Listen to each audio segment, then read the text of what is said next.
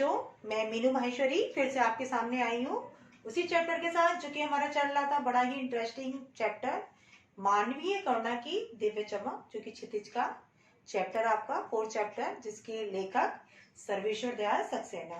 तो मानवीय करुणा की दिव्य चमक जो कि संस्मरण शैली में लिखा हुआ है, जिसमें फादर कामिल बुल्के के बारे में बताया गया है कि फादर कामिल बुल्के जो कि कैसे थे, विदेशी, लेकिन भारत में आकर बस गए। भारत को उन्होंने क्या बनाया, अपनी कर्मभूमि बनाया। भारत को ही वो अपना देश मानते थे, है ना। उससे उन्हें लगाव था। भारत की जो सभ्यता थी, संस्कृति थी, रहन सहन, रीति रिवाज, बोलियों से, भाषाओं से इतना अधिक प्रभावित थे ये फादर कामिल बुल्के कि इन्होंने जब पादरी बनने की तो शर्त रखी थी, कहाँ, भारत आकर बसने की। और भारत आकर बस भी गए थे। परिवार में जैसे कि मैंने बताया था, कौन थे इनके 2 भाई भी, बहन और माँ, पिताजी। और पिताजी व्यवसायी थे और एक भाई पादरी था और एक कौन था, व्यवसाय करता था। बहन जिद्दी थी, माँ वही घरेलू, लेकिन माँ से इनको बहुत ज्यादा लगाव था, माँ से। और जब ये आकर यहाँ बस भी गए थे, अपनी रेंस चैपल जो कि जहाँ इनका जन्म हुआ था, उससे भी लगाव था। तो ये गए थे 2-3 बार और अपने मित्र को अक्सर चिट्ठियां दिखाते थे, रघुवंश को, जो कि इनके मित्र थे, परम मित्र। उनसे अक्सर मिलते थे, बातें होती थी, माँ की चिट्ठियां दिखाते थे अक्सर, है ना। और माँ को भेजते भी थे ये चिट्ठियां। तो लगाव था इनका, प्रेम था, किससे, माँ से। और यहाँ आकर जब बसे तो यहाँ आकर सबसे पहले जीसेट संघ से जुड़े और जीसेट संघ से इन्होंने वहाँ क्या किया, धर्माचरण की शिक्षा ली पादरियों के बीच में रहकर। उसके बाद दार्जिलिंग आ गए। दार्जिलिंग में 9-10 साल रहे। 9-10 साल दार्जिलिंग में रहकर इन्होंने अध्यापन कार्य किया, अपना पढ़ाई की, अपनी शुरुआती पढ़ाई की। उसके बाद इन्होंने कोलकाता विश्वविद्यालय से बीए किया। उसके बाद इन्होंने क्या किया, एमए किया इलाहाबाद विश्वविद्यालय से। और यही इन्होंने शोध किया, थीसिस लिखी, रिसर्च किया इन्होंने, जिसका विषय था राम कथा उत्पत्ति एवं विकास। ये इनका विषय था, राम कथा उत्पत्ति एवं विकास। क्लियर। उसके बाद क्या था कि जो शोध किया था उन्होंने, ये इन्होंने किया था 1950 में। उसके बाद रांची आ गए। रांची में सेंट जेवियर्स कॉलेज, वहां पर ये रहे और इन्होंने संस्कृत और हिंदी विभाग की विभागाध्यक्ष रहे। उसके बाद क्या था कि फादर कामिल बुल्के का लेखक बताता है अपना कि उनकी जो पहचान हुई थी इलाहाबाद में हुई थी सबसे पहले। परिमल संस्था से ये लोग जुड़े भी थे, गोष्ठियों में भाग लेते थे और हंसी मजाकें होती थी, बहसें होती थी। फादर सबसे बड़े थे और फादर क्या करते थे, सुझाव भी देते थे, राय भी देते थे इनको। वहां पर कुछ गलत होता था, अकाट्य तर्क भी देते थे, हिंदी को लेकर बहसें होती थी, अकाट्य तर्क प्रस्तुत करते थे फादर कामिल बुल्के।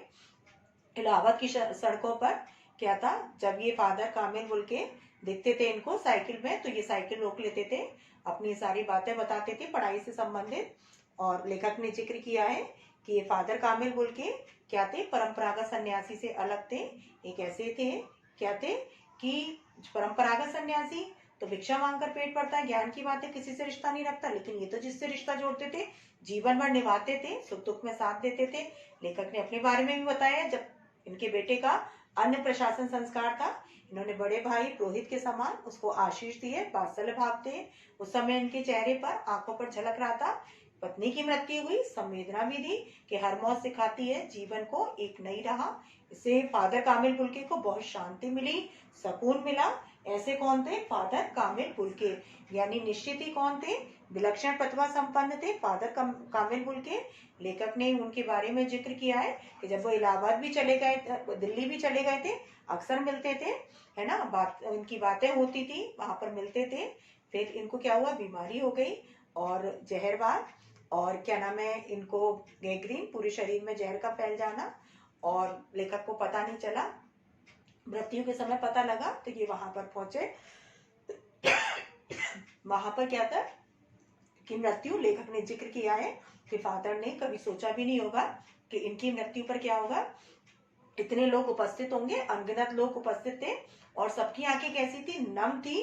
तो फादर को मसीही विधि से क्या किया गया, दिल्ली के निकलसन जो है कश्मीरी गेट स्थित निकलसन कब्रगाह में नीली गाड़ी से लाया गया इनको ताबूत में, और मसीही विधि से इनका अंतिम संस्कार किया गया, इनको दफनाया गया। और उसके बाद जो क्या थे, सेंट जेवियर कॉलेज के पास कर तोहना, है ना, पास्कल तोयना, है ना। इन्होंने इनको क्या किया कि इनका अंतिम संस्कार किया, साथ साथ इनको इनके कर्म के प्रति, जीवन के प्रति श्रद्धांजलि भी समर्पित की और कहा फादर धरती में जा रही है, धरती से ऐसे अनेक रत्न पैदा हो। वास्तव में विलक्षण प्रतिभा संपन्न कि ऐसे विदेशी भारतीय साधु, है ना, कि जब तक क्या है राम कथा रहेगी तब तक क्या होगा, इस विदेशी भारतीय सन्यासी को हमेशा याद किया जाता रहेगा।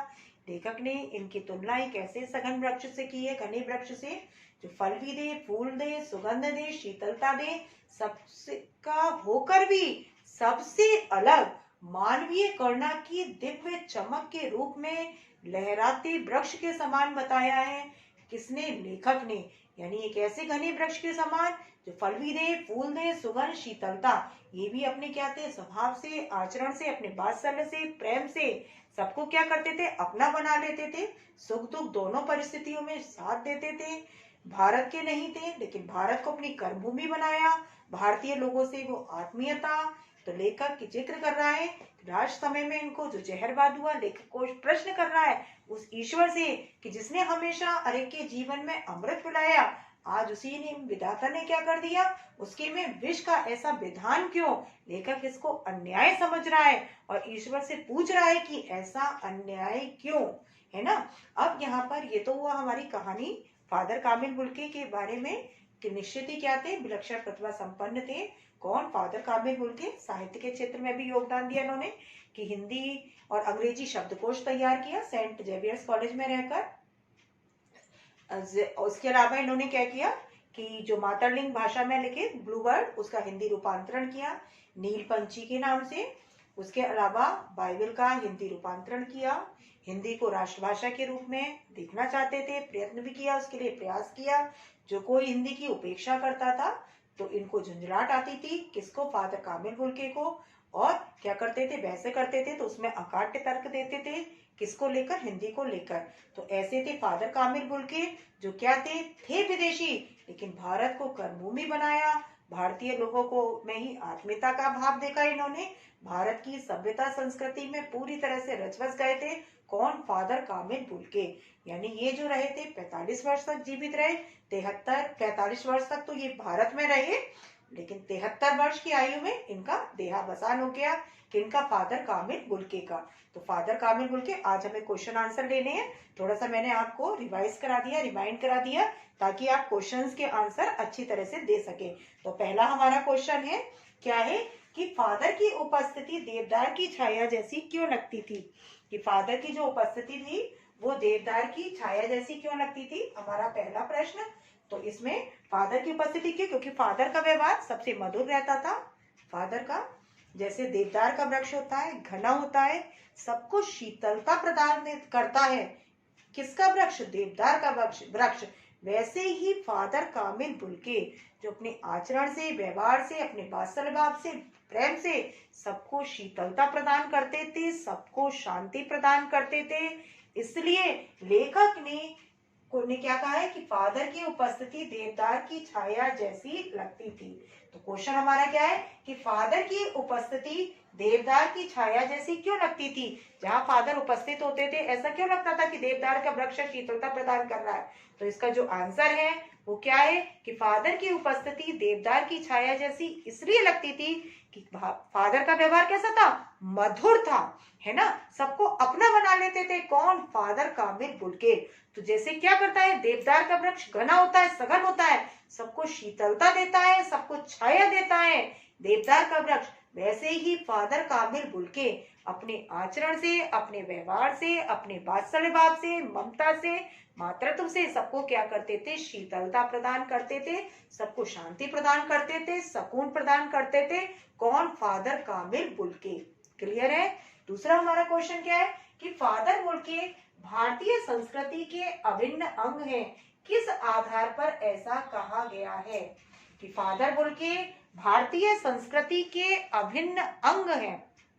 अभिन्न कहते हैं भिन्न ना होना, अलग ना होना। आ उपसर्ग लगा हुआ है, भिन्न माने अलग, आ माने रहित, है ना। तो जो भिन्न ना हो, अलग ना हो, तो आप किस आधार पर कह सकते हैं कि फादर कामिल बुल्के भारतीय संस्कृति के अभिन्न अंग हैं। किस आधार पर ऐसा कहा गया है। तो सबसे पहले कि वो फादर जो कामिल बुल्के, उन्हें भारतीय सभ्यता, संस्कृति, है ना, रहन सहन, रीति रिवाज, इन सबसे लगाव था निश्चित रूप से। तभी तो उन्होंने शर्त रखी थी पादरी बनते समय भारत आने की, और भारत में आकर बस गए और भारतीय संस्कृति में पूरी तरह से रच रम गए। कौन रच बस गए? कौन? फादर कामिल बुल्के। भारतीय लोगों में उनमें आत्मीयता दिखाई देती थी। भारत तो उनको क्या लगता था? अपना देश लगता था। यही उन्होंने क्या करा, इसको अपनी कर्मभूमि बनाई। भले ही रेम्स चैपल में, यूरोप में इनका जन्म हुआ था, लेकिन उसके बावजूद भी इन्होंने क्या किया, भारत को अपनी कर्मभूमि बनाया। उसके अलावा क्या है कि बाइबिल का इन्होंने हिंदी अनुवाद किया।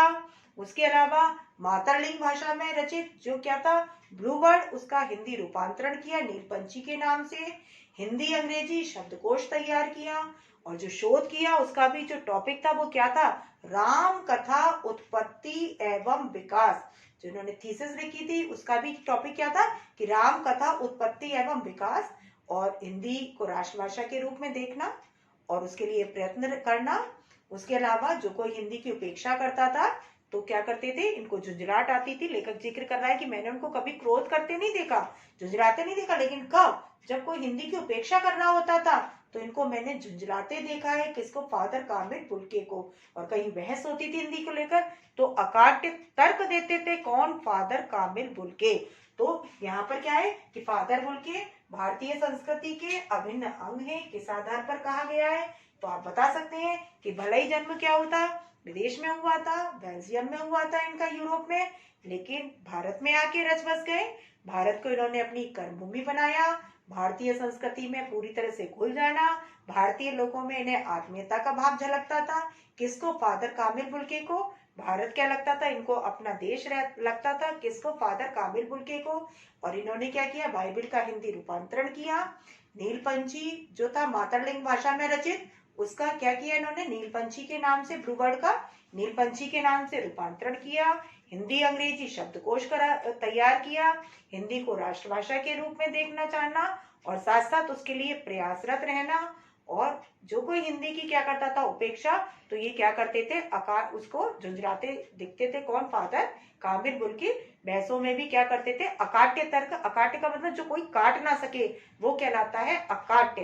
तो अकाट्य तर्क देते थे, ऐसे थे। कौन? फादर कामिल बुल्के। तो इसलिए उनको क्या कहा गया है? भारतीय संस्कृति का अभिन्न अंग।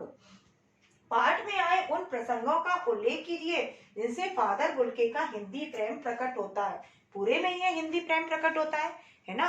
कि सबसे पहले आगे जीसेट संघ से जुड़े, तो इन्होंने क्या किया, धर्माचरण की शिक्षा ली इन्होंने।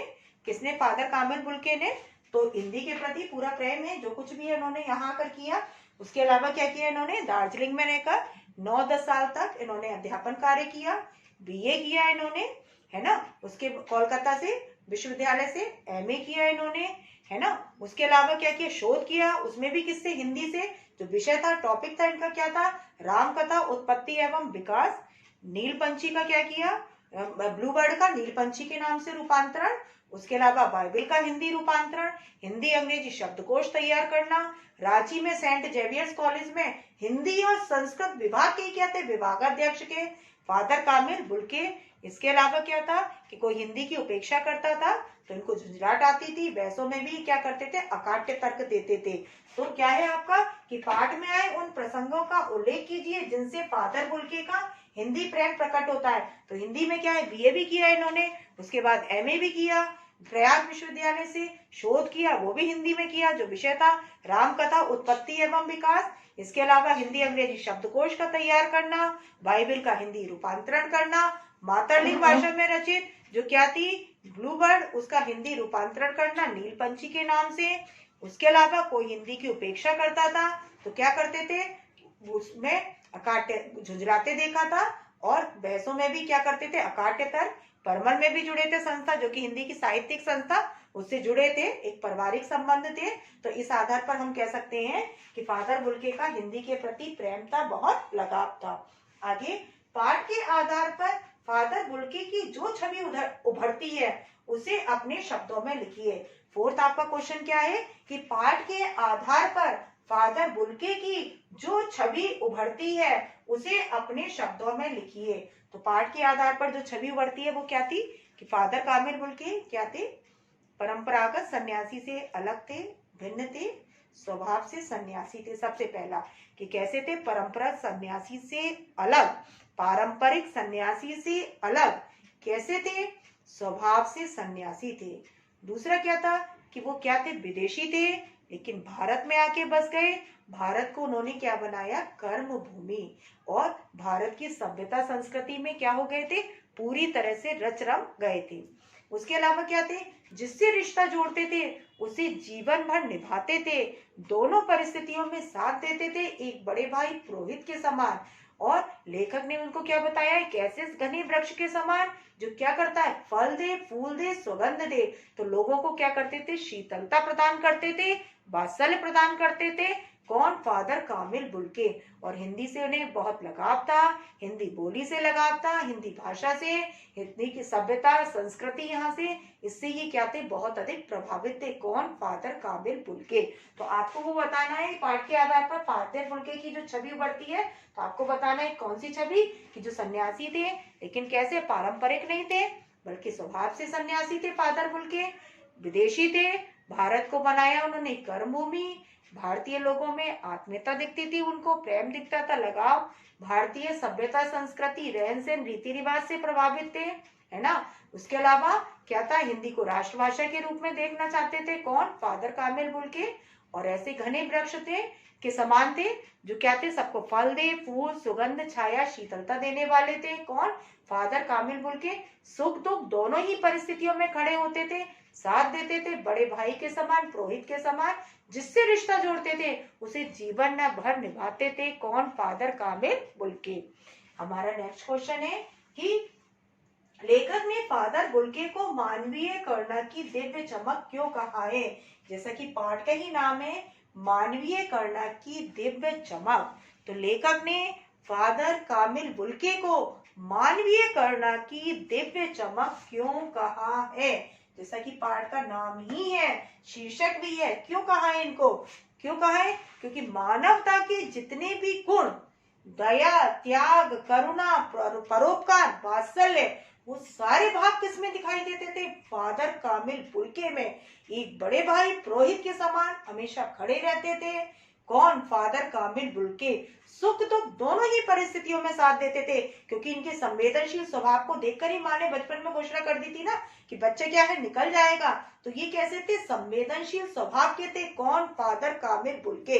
तो आप बता सकते हो कि मानवता के जितने भी गुण है ना, मानवीय गुण यानी मानवता के जितने भी गुण है, कौन कौन से, दया, त्याग, करुणा, परोपकार, वात्सल्य, वो सब किसमें थे, फादर कामिल बुल्के में हमेशा दिखाई देते थे, है ना। लेखक ने उनको बताया भी है कि एक ऐसे घने वृक्ष जो सबको फल दे, फूल दे, सुगंध दे, सबका होकर अलग, सबसे श्रेष्ठ थे। कौन, फादर कामिल बुल्के।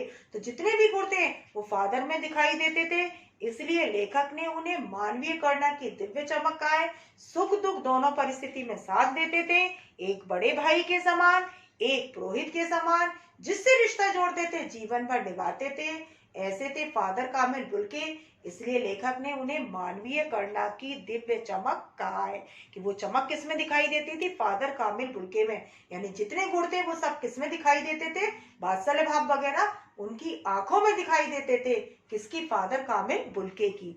इसलिए लेखक ने उन्हें मानवीय करुणा की दिव्य चमक कहा है। नेक्स्ट क्वेश्चन, फादर ने सन्यासी की परंपरागत छवि से अलग एक नई छवि प्रस्तुत की है, कैसे। फादर ने सन्यासी की एक परंपरागत छवि से अलग, है ना, पारंपरिक छवि से अलग एक नवीन छवि प्रस्तुत की है, वो कैसे। बड़ा आसान है बेटा इसमें कि जो परंपरागत सन्यासी होता है उसका काम क्या होता है, भिक्षा मांगना। भिक्षा मांगकर क्या करता है, अपना पेट भरता है, ज्ञान की बातें करता है, दूसरों को भी ज्ञान के उपदेश देता है, सांसारिक मोह माया से दूर रहता है, सांसारिक बंधनों से दूर रहता है। परंतु फादर कामिल बुल्के ऐसे नहीं थे, ये तो बल्कि जिससे रिश्ता जोड़ते थे उसे जीवन भर निभाते थे, सुख दुख में साथ देते थे, एक बड़े भाई पुरोहित के समान। तो परंपरागत सन्यासी से अलग एक नवी छवि प्रस्तुत की है, किसकी की है, फादर कामिल बुल्के की। जैसे आपने बाल गोविंद भगत की पढ़ी थी ना, कि जो होता है सन्यासी, क्या होता है, भिक्षा मांगकर पेट भरना, ज्ञान की बातें करना, लेकिन वो ऐसे नहीं थे। कौन? बाल गोविंद भगत। वो तो क्या करते थे, अपनी घर गृहस्थी चलाते थे, खेती बाड़ी करते थे।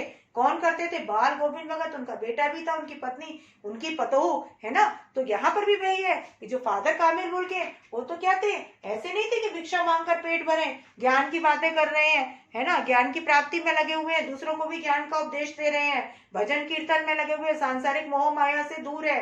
वो क्या है, सन्यासियों से कपड़े पहन लिए, भिक्षा मांगना, ऐसे नहीं थे। कौन? फादर कामिल बुल्के। वो तो पारंपरिक सन्यासी से अलग कैसे थे कि वो तो बल्कि जिससे रिश्ता जोड़ते थे, जीवन भर निभाते थे, सुख दुख दोनों ही परिस्थिति में साथ देते थे, एक बड़े भाई के समान, एक पुरोहित के समान। तो ऐसे थे कौन? फादर कामिल बुल्के। तो परंपरागत छवि से अलग एक नवीन छवि प्रस्तुत की है। किसने? सर्वेश्वर दयाल सक्सेना ने। किसके बारे में? फादर कामिल बुल्के के बारे में। अब नेक्स्ट क्वेश्चन है, आशय स्पष्ट कीजिए। आशय का मतलब होता है अर्थ स्पष्ट करना। क्या है? पहला है हमारे, इसके दो है कि नम आंखों को गिनना, स्याही फैलाना है। कि नम आंखों को गिनना, ये उस समय का वर्णन है जब फादर की मृत्यु हो गई। तो लेखक मन में सोचता है, जब पहुंचता है अनगिनत लोगों को देखकर, लेखक भी क्या हो गया, आश्चर्यचकित हो गया। तो लेखक सोचता है कि फादर ने कभी सोचा भी नहीं होगा कि उनकी मृत्यु पर इतने लोग उपस्थित होंगे, अनगिनत लोग, और जिनको गिन पाना क्या है, असंभव, जिनका वर्णन कर पाना असंभव। तो नम आंखों को गिनना स्याही फैलाने के समान है। स्याही फैलाना मीन्स बर्बादी करना स्याही की, कि यदि हम उसको वर्णन करें तो वो लिख नहीं सकते, वो वर्णन से क्या है, परे है, अवर्णनीय है ना। किसका? फादर कामिल बुल्के की उपस्थिति में जो लोग उपस्थित थे और सबकी आंखें कैसी थी, नम थी, तो उन लोगों का वर्णन कर पाना सर्वथा असंभव। तो लेखक क्या जिक्र कर रहा है कि नम आंखों को गिनना क्या था, स्याही फैलाना, कि जिस तरह से क्या है, यदि स्याही फैल जाए तो स्याही की क्या है, बर्बादी है ना। तो उसी तरह से लेखक का कहना कि उनका वर्णन करना क्या था, अवर्णीय, यानी वर्णन से परे। नम आंखों का गिनना यानी अनगिनत लोग उपस्थित थे जिनका वर्णन कर पाना असंभव था। यदि वर्णन किया जाता तो केवल क्या था, स्याही की बर्बादी करने के ही समान था वो, है ना। अनगिनत लोग उपस्थित थे जो वर्णन से परे थे, जिनका हम वर्णन नहीं कर सकते थे, और सबकी आंखें कैसी थी, नम थी। अब नेक्स्ट हमारा क्या है, फादर को याद करना एक उदास शांत संगीत को सुनने जैसा है। फादर को याद करना एक उदास शांत संगीत को सुनने जैसा है। एक नेचुरल सी बात है बेटा, यदि हम फास्ट सॉन्ग सुनते हैं तो फास्ट यानी हमारे भी पैर थिरकने लगते हैं। यदि हम शांत, है ना, स्लो सॉन्ग सुनते हैं, सोलो सॉन्ग, तो हमारे वैसे ही भाव मन में आ जाता है जैसा, क्योंकि तो हमारे अंदर के भाव होते हैं, जैसा देखते हैं सुनते हैं वही भाव जागृत हो जाता है। तो जैसे एक शांत संगीत को सुनते हैं, कौन से संगीत को सुनते हैं, फादर को याद करना उदास शांत, कि जैसे हम शांत संगीत को, उदास संगीत को सुनते हैं तो हम एक उदासी भरा माहौल, एक शांति का माहौल छा जाता है। वैसे ही यदि हम आज फादर को याद करते हैं तो हमारे मन में क्या है, एक उदासी का भाव जागृत हो जाता है, शांति का भाव जागृत हो जाता है, और आज हम उनकी कमी महसूस करने लगते हैं कि जो फादर बुल्के हैं वो आज हमारे बीच में नहीं है। तो हमारे अंदर भी क्या है, एक उदासी यानी एक शांति का भाव जागृत हो जाता है फादर को याद करके, कि आज वो हम लोगों के बीच में नहीं है, क्योंकि कैसे विलक्षण प्रतिभा वाले, लेकिन आज क्या है, आज हम उनकी कमी को महसूस करने लगते हैं। किसकी? फादर कामिल बुल्के की। तो इस हमारा क्वेश्चन क्या है कि फादर को याद करना एक उदास शांत संगीत को सुनने जैसा है। जैसे उदास शांत संगीत को सुनकर हमारे अंदर उदासी का माहौल छा जाता है, एक, है ना, एक शांति का माहौल बन जाता है। वैसे ही यदि हम आज फादर को याद करते हैं तो निश्चित रूप से हमारे अंदर भी उदासी का माहौल आ जाता है, मतलब भाव आ जाता है, शांति का भाव आ जाता है, और हमें कमी महसूस होने लगती है कि आज फादर हमारे बीच में उपस्थित नहीं है। तो एक उदासी भरा माहौल आज बन जाता है, यानी एक भाव हमारे अंदर जो होता है वो उदासी का हो जाता है, शांति का हो जाता है। कि जो ऐसे विलक्षण प्रतिभा वाले थे कि जिनके बारे में कहा गया है कि जब तक राम कथा रहेगी तब तक इस विदेशी भारतीय सन्यासी को हमेशा याद किया जाता रहेगा। और उन्हें क्या बताया गया है, एक ऐसे घने वृक्ष के रूप में जो फल भी दे, फूल दे, सुगंध, छाया, है ना, और सबका होकर सबसे अलग मानवीय करना की दिव्य चमक के रूप में लहराते हुए वृक्ष के समान बताया है। किसने? लेखक ने। वास्तव में फादर कामिल बुल्के भले ही विदेशी थे लेकिन कर्मभूमि बनाया निश्चित रूप से क्या थे, विलक्षण प्रतिभा संपन्न थे, जो कि हम लोगों के लिए प्रेरणा स्रोत। अब ये तो हो गया बेटा आपका क्या हुआ कि क्वेश्चन आंसर। अब आगे तो बेटा अब क्योंकि हमारे ये क्वेश्चन आंसर हो गए, जो बचे हुए हैं हमारे वो नेक्स्ट क्लास में लेंगे, क्योंकि नहीं तो आपको कंफ्यूजन क्रिएट होगा। तो जैसा कि मैं बेटा टास्क देती हूँ, आज का भी आपका टास्क है कि और आसान सा ही है कि जैसा बेटा आप देखते हैं कि जो विदेशी लोग, उनको हमारी जो भारत की संस्कृति है बहुत अट्रैक्ट करती है ना, वो खींची चली जाती है, उनको अट्रैक्ट करती है, बहुत अधिक प्रभावित करती है। और भले ही वो यदि नहीं भी आते यहाँ पे आके बसते हैं तो वहीं पर अपना उसी सभ्यता संस्कृति को अपनाए हुए उसी तरह से रहते हैं। और आप लोगों ने देखा होगा जैसे हम लोग हैं पाश्चात्य के पीछे भागते हैं, है ना। लेकिन अब मैं आपसे पूछ रही हूँ कि आपको जो भारतीय संस्कृति है उसका कौन सा गुण आपको अट्रैक्ट करता है, प्रभावित करता है बहुत अधिक, है ना। अपनी है तो संस्कृति बहुत ही अच्छी, जो अट्रैक्ट करती है, प्रभावित भले ही है कि हम पाश्चात्य सभ्यता संस्कृति के पीछे भाग रहे हैं, लेकिन आपका जो है क्वेश्चन वो क्या है कि कौन सी ऐसी है आपको जो हमारी संस्कृति की विशेषता जो आपको बहुत अधिक क्या करती है, अट्रैक्ट करती है, प्रभावित करती है ना। कमेंट सेक्शन में ये आपको डालना है कि जिस तरह से कौन थे फादर कामिल बुल्के, उनको हमारी सभ्यता संस्कृति ने क्या किया था, प्रभावित, अट्रैक्ट किया था, तभी तो वो भारत में आके बस गए थे। और ऐसे बहुत विदेशी हैं जो क्या है, हमारी सभ्यता संस्कृति से बहुत अधिक प्रभावित हैं। लेकिन यहाँ क्वेश्चन क्या है आपके लिए है कि आपकी तो अपनी क्या है, मातृभूमि है, अपना देश है ना, आपकी अपनी सभ्यता है, संस्कृति है ना। भले ही आप अट्रैक्ट हो रहे हैं दूसरी विदेशी सभ्यता संस्कृति के पीछे भाग रहे हो, लेकिन आपको ऐसी कौन से गुण है सभ्यता संस्कृति, क्योंकि जो हमारी भारतीय संस्कृति है बहुत अधिक विस्तृत है, बड़ी है ना, सभी जानते हैं, प्राचीन है हमारी, विस्तृत है, उसमें समन्वय का भाव है, इसलिए वो क्या है, विस्तृत भी है। जो कुछ अच्छा है सब कुछ अपना लेना, भारतीय संस्कृति की विशेषता। तो आपको ऐसा कौन सा गुण है भारतीय संस्कृति का जो बहुत अधिक प्रभावित करता है, वो आपको कमेंट सेक्शन में डालना है। तो बेटा इसी के साथ बेटा इसका क्वेश्चन आंसर का प्रैक्टिस करें, आगे की क्लास में आगे के क्वेश्चन बचे हुए, तब तक के लिए बाय बेटा।